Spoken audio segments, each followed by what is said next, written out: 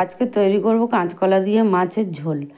কড়াইতে তেল দিয়েছি, তেলটা ভালো মতো গরম করে নিয়ে মাছগুলো দিলাম, দিয়ে উল্টে পাল্টে লাল লাল করে ভেজে তুলে নিলাম। নেওয়ার পর ওই তেলের মধ্যে আমি কলাগুলো দিয়ে দিলাম, দিয়ে কলাগুলো একটু ভাজা ভাজা করে তুলে নিলাম।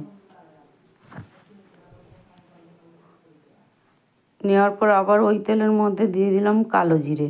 কালো জিরে দেওয়ার পর দিয়ে দিলাম আলুগুলো দিলাম, কলাগুলো দিলাম, উপর থেকে দিলাম কাঁচা লঙ্কা কুচি, আর দিলাম হলুদ আর লঙ্কা দিয়ে ভালো করে মশলাটা কষিয়ে নিলাম। নিয়ে জল দিয়ে পরিমাণ মতো জল দিয়ে দিলাম, জলটা দিয়ে আবার আনাজগুলো ভিজিয়ে দিলাম, দিয়ে একটু ঢাকা দিলাম।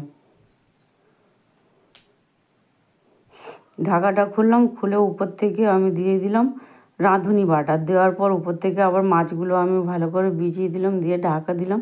কিছুক্ষণ পর ঢাকাটা খুললাম, আমার তরকারি হয়ে গেছে, নামিয়ে নিলাম। আমার রেসিপি